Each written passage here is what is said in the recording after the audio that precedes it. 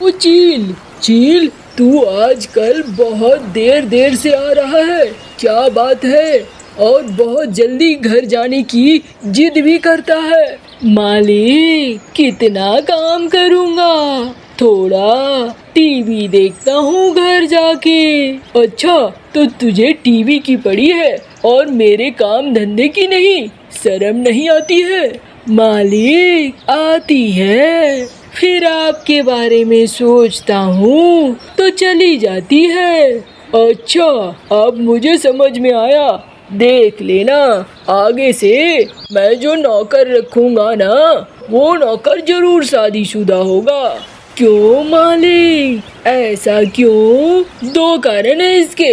एक तो उसे बेइज्जती सहने की आदत होती है, और दूसरी तेरी तरह वो जल्दी जाने की जिद भी नहीं करेगा। मालिक, चलो अब दुकान, देर हो रही है।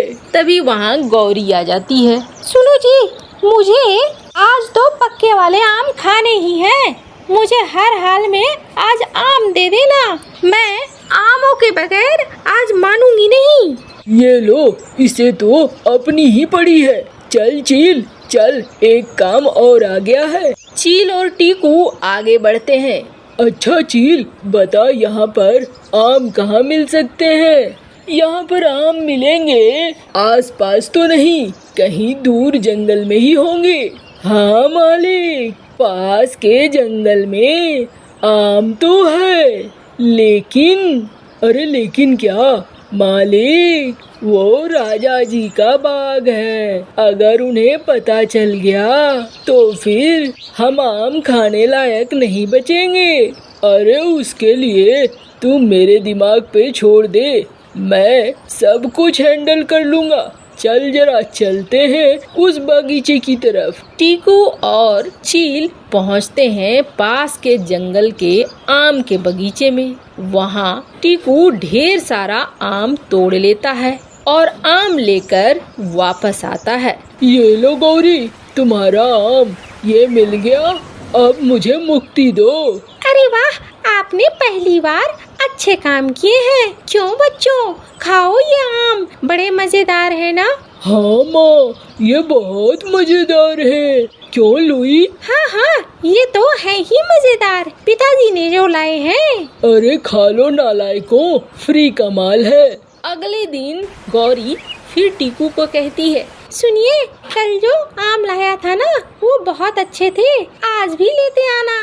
अरे तुम्हारा दिमाग खराब है, जान जोखिम में डालकर मैंने वो आम लाए हैं, और कल ही मैंने बहुत सारे आम तोड़ लिए थे। आज तो जंगल का मालिक जरूर ढूंढ रहा होगा कि किसने तोड़े हैं ये आम। मुझे कुछ नहीं पता, आप चाहे जहाँ से भी हो ये आम लेके आना। अरे गौरी, दिन प्रतिदिन ऐसा लगता है तू मुझे ऊपर भेजने की तैयारी कर रही है। हाँ, तो एक आम मांगा तो अब ऊपर भेजने की तैयारी हो गई। अच्छा अच्छा, मैं कोशिश करूँगा। पहले कल वाली सारी गुठलियाँ दे दो। सारी गुठलियों को लेकर टीकू चील के साथ पहुंचता है और टुनटुनी चिड़िया के घर के आगे डाल देता है। मालिक, ये क्या कर रहे हो? अरे जो कर रहा हूँ करने दो, अपना ज्ञान अपने पास रखो, ज्यादा दिमाग मत लगाओ, वरना पता चलेगा तेरा ऊपर वाला माला गिर गया। वैसे भी उस माले में कुछ नहीं है। मालिक, मैं इतना समझ गया। दोनों अब फिर से पहुँचे आम के बागीचे में और इन्होंने फिर से ढेर सारा आम तोड़ लिया। आम तोड़कर ये वापस गौरी के पास पहुँचे। गौरी को आम दिया। गौरी बहुत खुश हो गई, लेकिन वहाँ जंगल के राजा को ये बात पता चली। अरे मेरे बागीचे से आम तोड़ने की हिम्मत कौन कर रहा है? सुनो सिपाहियों, जाओ इस जंगल ही नहीं, आसपास के जंगल में देखो, क्योंकि आसपास के जंगल में भी आम का कोई पेड़ नहीं है। हमारे ही जंगल में आम का पेड़ है। जो भी खाया होगा उसने गुठलियाँ जरूर फेंकी होगी, और वो गुठलियाँ कहाँ है पता करो। आम का असली चोर कौन है? राजा जी के कहने पर दो उल्लू, दो कौवे निकल गए आसपास के जंगलों में। उन्होंने छानबीन करना शुरू किया। दो कौवे सिपाही पहुंच गए टुनटुनी चिड़िया के घर के सामने। अरे यही है, इसी ने हमारे बगीचे से आम चुराया है। हाँ, हमने पकड़ लिया चोर। अरे ओ चिड़िया, बाहर आ, जल्दी बाहर आ। क्या बात है भैया, आप लोगों को तो पहले इस जंगल में नहीं देखा। अरे इस जंगल के हम हैं भी नहीं, हम पास वाले जंगल से हैं। तूने हमारे जंगल से आम तोड़कर खाया है। आम चोर, तुझे अब मेरे राजा लेने आएंगे। अरे मैंने ऐसा कुछ नहीं किया है, हम लोग तो आम खाते भी नहीं है। अरे खाते नहीं है तो ये गुठलियाँ तेरे घर के आगे कैसे पड़ी मिली है? ये मुझे क्या पता, हमने नहीं खाए, ये गुठलियाँ हमारी नहीं है। अच्छा, आम खाकर अब गुठलियाँ हमारी नहीं है। चलो इसे पकड़ो, ले चलो राजा के पास। टुनटुनी को पकड़कर दोनों सिपाही अपने राजा बाज के पास ले जाते हैं। अरे ओ चिड़िया, तूने मेरे बागीचे से इतना सारा आम तोड़ लिया और तुझे डर नहीं लगा? इतनी सी चिड़िया, उतने सारे आमों का तूने किया क्या? मैं तब से कह रही हूँ महाराज, मैंने आपके आम नहीं चुराए हैं और ये आम किसी और ने चुराए होंगे। आप मुझे 5 दिन की मोहलत दीजिए, मैं असली चोर को आपके सामने हाजिर कर दूंगी, फिर आपको खुद ही पता चल जाएगा। देखो चिड़िया, तुम हो छोटी सी और तुम इतने सारे आम नहीं खा सकती, इसलिए मुझे थोड़ा थोड़ा तुम्हारी बातों पे यकीन हो रहा है, लेकिन मुझे सबूत चाहिए। असली चोर तो मुझे हर हाल में चाहिए, इसलिए तुझे माफी तभी मिलेगी जब तू असली चोर को पकड़ के लाएगी। मैं जल्द ही आपके सामने असली चोर को हाजिर कर दूंगी। टुनटुनी चिड़िया उस जंगल से वापस लौट रही थी। टीकू और चील को ये बात पता चल गई थी। हंगामा जोरदार हुआ था। अरे ओ टुनटुनी, सुना तू उस जंगल गई थी, तुझे वहाँ के राजा ने पकड़ लिया था। आम चोरी करना बहुत बुरी बात है, तुझे ये चोरी नहीं करनी चाहिए थी। टीकू भैया, आपको कैसे पता कि मैंने चोरी की? और दूसरी बात, आम की चोरी की बात हुई है, आपको ये सारी चीजें कैसे पता? कहीं आप ही आम तो नहीं चुराते? अरे भगवान का दिया मेरे पास सब कुछ है, मैं क्यों चोरी करूँगा? चल यहाँ से निकल ले, वरना चील मेरा बहुत भूखा है। हाँ मालिक, खा लूं क्या? जाने दे, बाद में देखेंगे इसे। टुनटुनी को समझते देर नहीं लगी कि ये टीकू और चील का काम है। टुनटुनी पहुंची गौरी के पास। गौरी बहन, आम कैसे थे? अरे क्या बताऊं टुनटुनी, बड़े अच्छे आम थे, मैंने तो खाया, बच्चों को भी खिलाया। और तुझे चाहिए क्या? अरे नहीं, मैं आपको एक राज की बात बताने आई हूँ। कल जो भी आम खाएगा ना, एक ऐसा दिन बन रहा है, उसे कोई मार नहीं पाएगा, वो बहुत शक्तिशाली बन जाएगा। अच्छा ऐसी बात है, तो मैं तो टीकू से कहकर आज ही आम मंगवाती हूँ। टीकू जैसे ही घर पहुँचा, टीकू को फिर से आम लाने के लिए गौरी कहती है। अरे तूने सुना नहीं, वहाँ के राजा को पता चल गया है, तुझे मेरे जान की जरा भी फिक्र नहीं है। मैं कुछ नहीं जानती, कल जो भी खाएगा उस आम को, वो ताकतवर हो जाएगा, अमर हो जाएगा।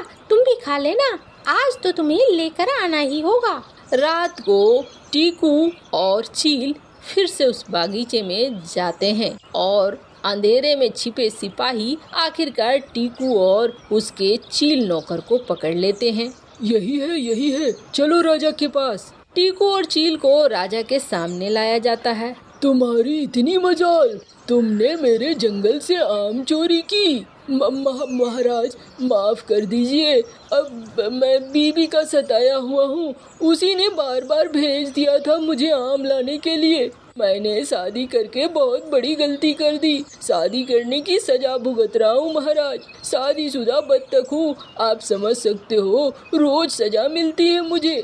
हट पगले, रुलाएगा क्या? जा, तुझे मैंने माफ किया, लेकिन सारे आम के दाम देने होंगे। हाँ महाराज, मैं सारे आम के दाम दे दूंगा। टीकू को 100 बोरे अनाज और सोने चांदी देने पड़ते हैं आम के बदले में। और आम का ये सौदा बहुत महंगा पड़ता है, लेकिन किसी तरीके से टीकू की जान बच जाती है। अरे चील, तूने चोरी की है? अरे मालिक, बस थोड़ी सी कर ली, लेकिन उस घर में मालिक था। मालिक रहते तुमने चोरी कैसे की? मालिक, आप जानकर क्या करोगे? आपके पास तो अच्छा खासा धन है, अच्छा खासा पैसा महीने का आता रहता है। आप ये सब सीख कर क्या करोगे? अरे चुप कर, मैं तेरे से चोरी नहीं सीखना चाहता हूँ। मैं तो बस जानना चाह रहा था कि मालिक था, फिर भी तूने चोरी की। मालिक, भूख लगी थी, इसलिए मैंने वहाँ से 4 अंडे उठा लिए, और कोई बात नहीं है। अच्छा अच्छा, चल अब बाहर चलते हैं दुकान पर। चील और टीकू बाहर निकलते हैं। तभी बाहर एक भिखारी खड़ा मिलता है। भिखारी कौआ मांग रहा था। अरे कोई तो है, दे दो मुझे, भगवान के नाम पर दे दो, 4 दिन से कुछ नहीं खाया है। अच्छा, 4 दिन से तूने कुछ नहीं खाया है? ले ले ले ले। अच्छा सुन, मेरे पास 500 का नोट है, 400 के खुले हैं क्या? हाँ हाँ, है ना। तो कमीने, उससे जाकर कुछ खा ले। चले हैं टीकू को चूना लगाने। मालिक, आपको कोई चूना नहीं लगा सकता है। दोनों गुजर रहे थे, तभी उन्होंने एक मुनादी सुनी। सुनो सुनो सुनो, जंगल के पंछियों, जंगल के जानवरों, सब सुनो, शेर खान ने बुलाई है सभा, जंगल के राजा ने बुलाई है सभा, पहुंच जाओ सब। मालिक, अब क्या नया होने वाला है? अरे चलना, चलकर देखते हैं। जंगल के जानवर पंछी सारे जमा हुए।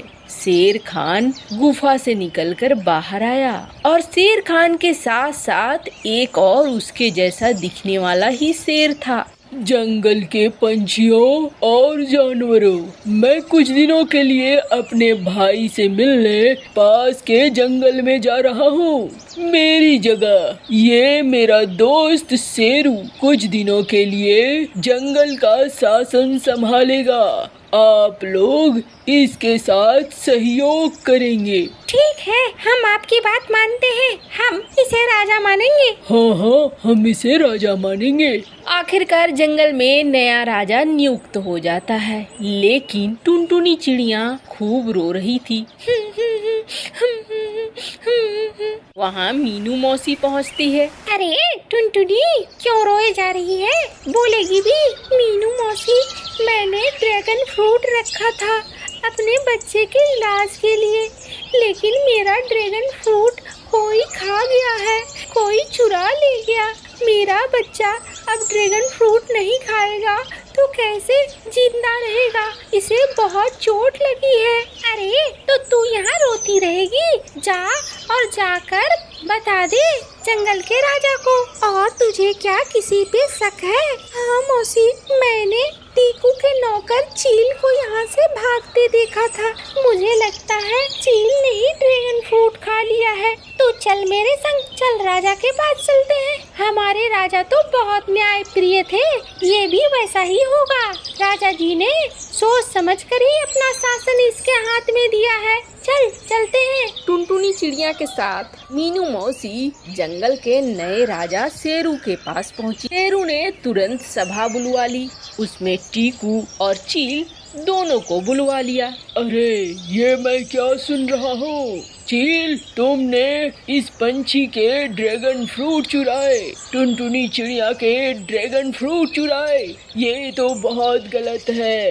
राजा जी, मैंने नहीं चुराए। कौन कहता है? ड्रैगन फ्रूट तो इसके घोंसले से बाहर निकलकर गिरा हुआ था। मैंने तो बस गिरे हुए ड्रैगन फ्रूट को खाया और कुछ नहीं किया महाराज। अच्छा, अगर ऐसा है तो इसमें तुम्हारी कोई गलती नहीं है चिड़िया, तुम्हारी सारी गलती है। तुमने अपने ड्रैगन फ्रूट को संभाल कर क्यों नहीं रखा? टुनटुनी को दोषी माना जाता है और चील ने कुछ भी गलत नहीं किया है। लेकिन महाराज, मेरा ड्रैगन फ्रूट वो अब बर्बाद हो चुका है। मेरा बच्चा कैसे जिएगा? उसके पंख टूटे हुए हैं। ड्रैगन फ्रूट का इंतजाम तो करवा दीजिए। टुनटुनी चिड़िया, इसके लिए भी तुम ही दोषी हो। तुम जाओ, तुम अपने बच्चे की माँ हो, तुम्हें व्यवस्था करना है ड्रैगन फ्रूट का। हम व्यवस्था नहीं कर सकते हैं, चली जाओ यहाँ से। ये सारी बातें गुन्नू सियार सुन रहा था और गुन्नू सियार सबके जाने के बाद राजा शेरू के पास आया। महाराज, आपको बहुत न्याय प्रिय है। आपको देखकर मुझे बहुत खुशी हुई है। महाराज, मुझे अपना नौकर बना लो। कुछ तो आपके साथ रहकर सीखूंगा। मुझे भी आपके जैसा दिमाग चाहिए महाराज। अच्छा, हाँ वो तो मैं हूँ, बुद्धिमान तो मैं हूँ। तुम्हें अपना नौकर क्यों बनाऊं? तुम्हारे पास बुद्धि है क्या? महाराज, मेरे पास बहुत अच्छी बुद्धि है। महाराज, यहाँ से दूर हिमालय के पहाड़ों में ड्रैगन फ्रूट होता है और आपको बता दूं, वो ड्रैगन फ्रूट अगर आप खाएंगे तो आप हमेशा के लिए अमर हो जाएंगे।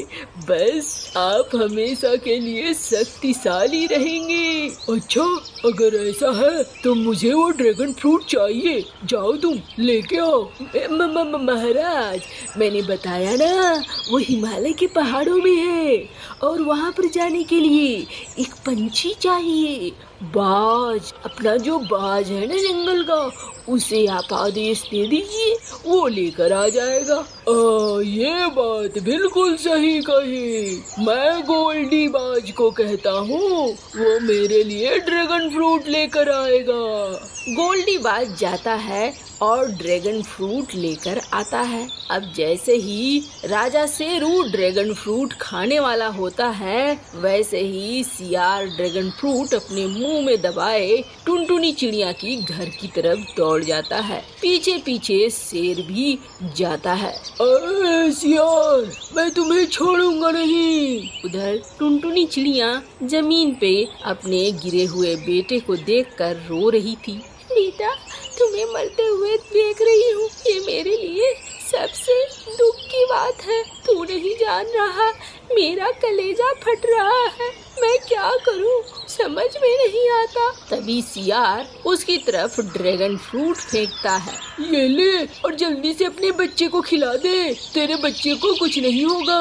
मैं शेर को रोक कर रखता हूँ। शेर और सियार में लड़ाई होने लगता है और उधर टुनटुनी का बेटा जल्दी से उठकर ड्रैगन फ्रूट खाता है, जिसके बाद वो स्वस्थ महसूस करने लगता है। अब तो शेरू को बहुत गुस्सा आता है। तुझे मैं सबके सामने सजा दूंगा ताकि सबकी रूह कांप जाए। चल, सभा बुलाते हैं। और सभा बुलाई जाती है। सभा में आज मैं इस सियार को यहीं पटक कर खाऊंगा। सियार के ऊपर टूट पड़ता है। तभी वहाँ पर जंगल का असली राजा शेर खान आ जाता है और वो नए राजा को मार कर भगाता है। तुम गलत हो, तुम्हें शासन चलाना नहीं आता है। मैंने बहुत बड़ी गलती कर दी तुम्हारे हाथों में शासन देकर। तुम्हें टुनटुनी के बच्चे के लिए ड्रैगन फ्रूट का इंतजाम करना था, लेकिन तुमने ऐसा नहीं किया। निकल जाओ यहाँ से, वरना मैं भूल जाऊंगा कि तुम मेरे दोस्त रहे हो। और चील, अगर तुमने फिर से किसी के घर में चोरी की तो तुम्हें बहुत बड़ी सजा दूंगा मैं। नहीं महाराज, मैं अब चोरी नहीं करूंगा।